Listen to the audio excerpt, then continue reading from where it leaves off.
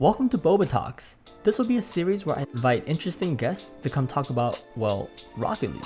And today, I brought on two professional coaches, Hyperfirez and Xhoria. They're both top-level players who coach on the platform GamersRdy and will be taking turns answering your questions from Discord.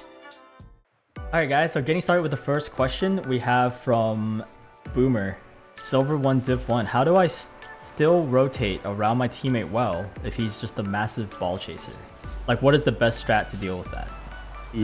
So essentially I tell people that if their teammate's a massive ball chaser, that they should just pretty much do the opposite. They should be a lot more defensive and play smart around their teammate. You know, if their teammate's going to throw themselves out of position a lot, you don't want to double commit with them or overcommit with them in threes and, you know, mess up the whole team. So just kind of be a little bit more defensive. The next question is from Adam Jeffrey. He's in silver, and he asks, when do you use boost versus gas as you enter and continue dribbling? Do you use them at the same time, only one and not the other, etc.? And he has another dribbling question down here. How do I get the ball on top of my car to start a dribble? I'm guessing he means like, what's the easy way to like cut into the ball? Because sometimes it's not like super obvious how to do that in the game.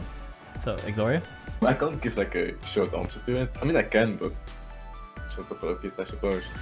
What it comes down to is, I think that you're struggling with like the basic concept of dribbling to begin with, right? Like with popping up the ball, for example.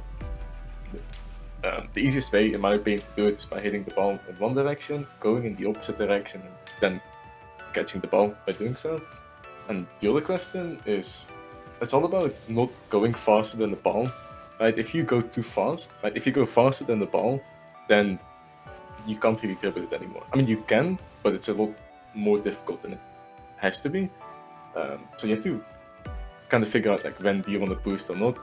Most of the time, in my opinion, if you're already going at the same speed as the ball, then I don't think you should necessarily boost unless certain things happen, right? But that's situational.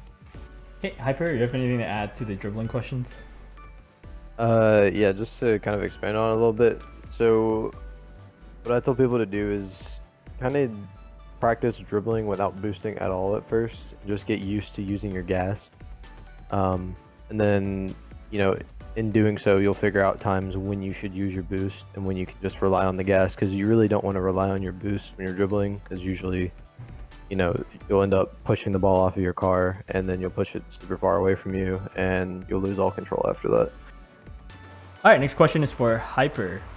Gold 2. What is the best way to kick off? Like, I guess for his rank, what is the best way for a gold to consistently get a kickoff? The easiest way to do a kickoff, you know, when you're in that level is pretty much just drive straight at the ball and boost at it. You know, you're still at a rank where you don't necessarily have the best car control. So unless you were to go into free play and, you know, continue practicing flipping towards the ball off the kickoff, you know, it's not going to be a very consistent thing. So you really need to, you know, make sure you're actually hitting the ball and not going past it. Yeah. Anything to add, Xhoria? That's pretty much it. There's no point to learning a more complex kickoff. So yeah, you might not be able to do it consistently. So yeah, I think that's a good answer. Yeah, I think I've been asked this just recently. I told him like, people always worry about getting the 2 flips in, but the second flip is way more important. And a lot of times they flip too early on the second one too. They don't flip through the ball, they just like flip into it, and then the car gets sent flying because the other guy hit him on kickoff. Yeah. But yeah, that's a good question. I think that's actually, I like that question because I think people get this misconception. I remember I did, where it was like, when you start the game, you're like, how do you kick off? And you just start learning fast kickoff right away, and it's probably not the way to go. Okay, another question. What is the best way to learn how to consistently dribble? I think you guys have answered that previously already. So, also, okay, this next question, Basil Lenny, he asked too. So, what are some ways I should know when to challenge the ball, or if I should stay back or rotate in a different position? Look at the opponent. Like, just by looking at what the opponent is doing, you should be able to tell whether you should be able to contest the ball or not. Like, there's a lot more to it, but just to like make things easier, I think that's the best way to do it. Okay, next question is from Oscarius. He's in gold 1 and says, should I be able to carry a game when my teammate is bad? I feel like my rank is not my skill. Hyper.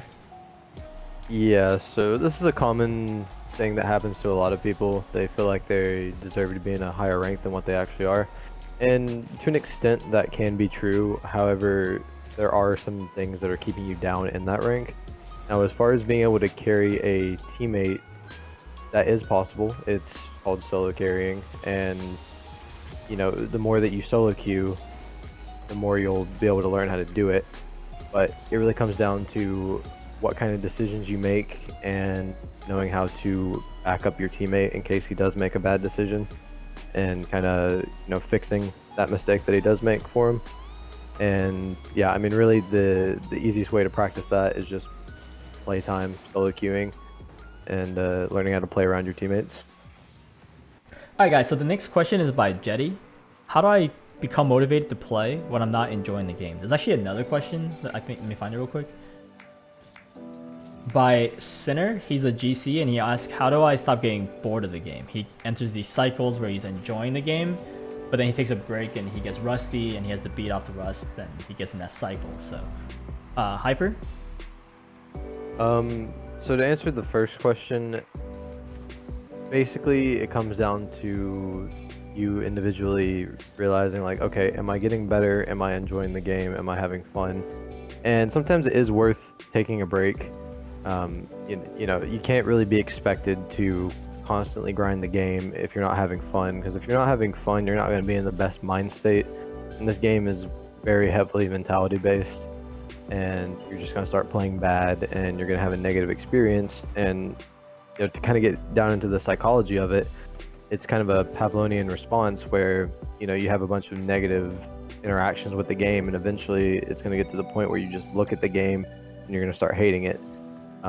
Just kind of a way to avoid doing that is to start taking some breaks. Now, kind of echoing off what Sinner said, you know, he gets rusty after taking breaks. That's just a thing that's going to happen with the game. It's a very mechanically intensive game, and even taking a day off can, you know, make you a little bit rusty.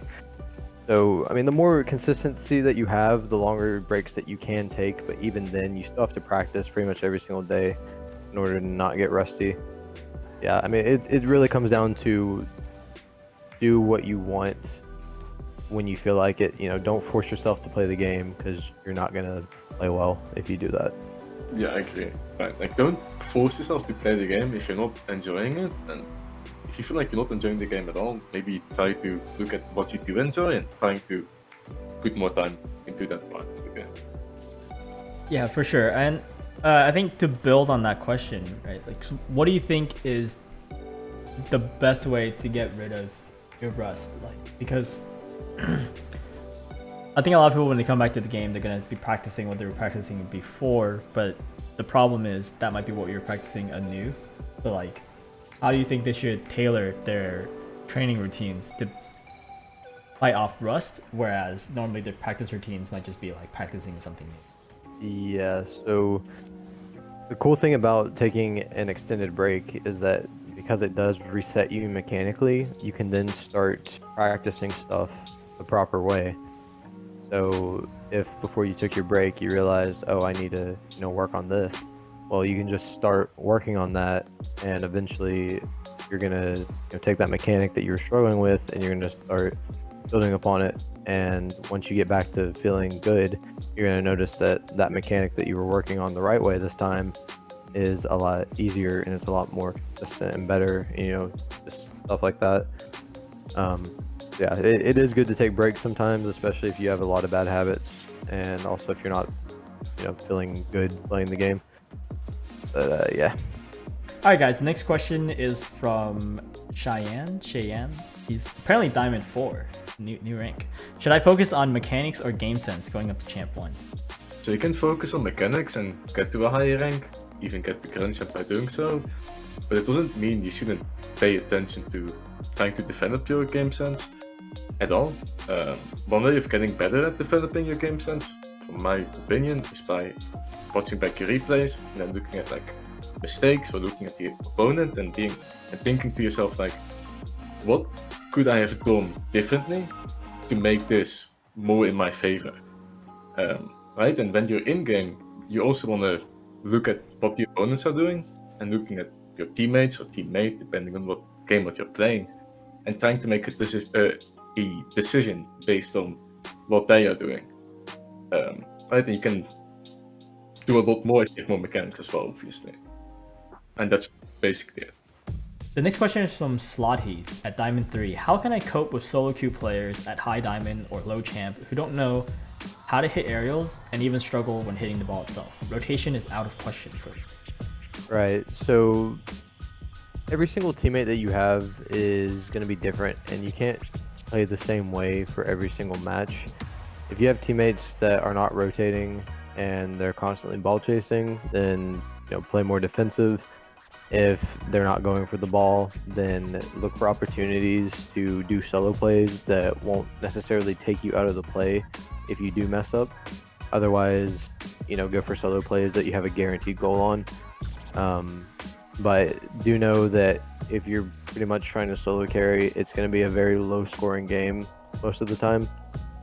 So, be prepared to not be over greedy for goals, because at that point, if you can't trust your teammates, you might end up accidentally overcommitting, and eventually, they're going to score on you. So it's kind of unfortunate the way solo queue works, but you just have to be adaptable, really. Yeah, so I agree with what Hyperfirez said. Basically, it comes down to playing anchor, right? So third man, play more defensive, and then whenever you actually do have the opportunity to do something, which most of the time will be a solo play, but you have to score that. If you don't end up scoring from it, then go again. So yeah, just like Hyper said, it will be a low scoring game, but by playing more defensive, you make sure that the enemies can't just score an open net. Okay, so the next question is from Cryptic. He's at Champ 1, and what are some good ways to cool yourself off when you get mad that you personally use? I get mad at ones a lot and need a way to chill. So what I used to do is I would play games in sets of 3, and if I would win 2 out of 3 games, I would continue, and if I would lose 2 out of 3 games, I would take like a small break, just focus on something else in Rocket League, maybe like 5 minutes, and then come back and keep doing that. Because at one point, like, if you just keep playing and you keep losing, you get more and more frustrated, right? Which I was frustrated at one point as well. Let's say that like that as well. I was a bit toxic from time to time. But I found that playing the game like this in sets of 3 helped me out a lot to not tilt. I mean, at the end of the day, like, tilting is like really pointless, but I feel you. It happens sometimes. Any tricks you want to share, Hyper, with keeping yourself calm? Yeah, so as I mentioned earlier, this game is very heavily mentality focused, and if you're tilting, then you're not going to be in a very clear mindset to pay attention to what's happening. So if you mess up, of course acknowledge it, but don't dwell on it in the middle of the game. Go back later, watch over the replay and see why you messed up, and try to, say you missed a shot, try to do shots like that and get more consistent. Or say you didn't grab a boost pad, well, try to grab the boost pad more often. You have to pretty much just focus on what's happening in the game, and if anything dumb happens, just laugh it off at the moment. Alright guys, so the last question here is from Carl. He's an unknown rank, and how should I work on game sense? In my opinion, like a pretty good way to work on game sense as a whole, I guess, is by watching back your replays. Which I said earlier as well, looking at like what's happening. Even if nothing is going wrong, just look at like what's going on and why people make decisions, and then look at why you are making certain decisions, and maybe try to figure out like, hey, why am I making this decision, right? And hey, maybe if I'm actually moving my camera and I'm looking around and I can see all of these other players, it makes it a lot easier for me to know what I should or could be doing next. Right? If you're not paying attention to what's going on, you can't work on your game sense at all. Right? Like, the looking back at replay thing is like great, but you still need to actually look around the game, which a lot of people don't necessarily do, so to speak. But that is my advice for that. Hey guys, I just want to say a big thanks for coming on and answering the community questions. But just one final closing question from me. What is the #1 advice you would like to impart on our viewers today? Or I guess another way to word it would be, what do you think is like the main, like the best tip in Rocket League that you get? I think the best advice I can give anyone playing this game is keep a positive mentality. It really does make the difference.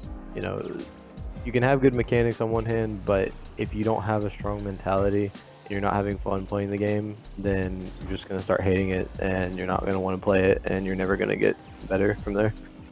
And Xhoria, what is your #1 advice to anyone watching or trying to get better at Rocket League? So my #1 piece of advice would be learn how to self-analyze your gameplay, because it will be really helpful later on.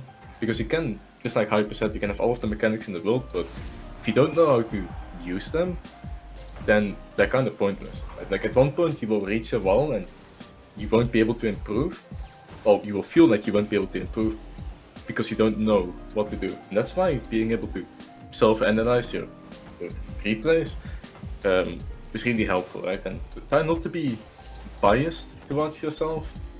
Just look at what's going on and just ignore everyone's name and be like, hey, this player, it's supposedly me, did something really stupid, but why is it stupid, and how, like, what can this person do to make a better play? At this point, I just want to thank everyone who participated, both the coaches and all the people who submitted questions.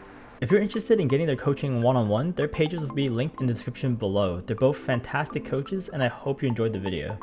If this was a fun watch for you, please consider subscribing and hitting that like button. It helps so much with the YouTube algorithm, and it lets me know what kind of content you guys like to see. So we'll most likely be doing this again in the future, so join the Boba Zone Discord in the description below and drop me some questions if you'd like to be in the next one. Thanks again for watching, and I'll catch you next time.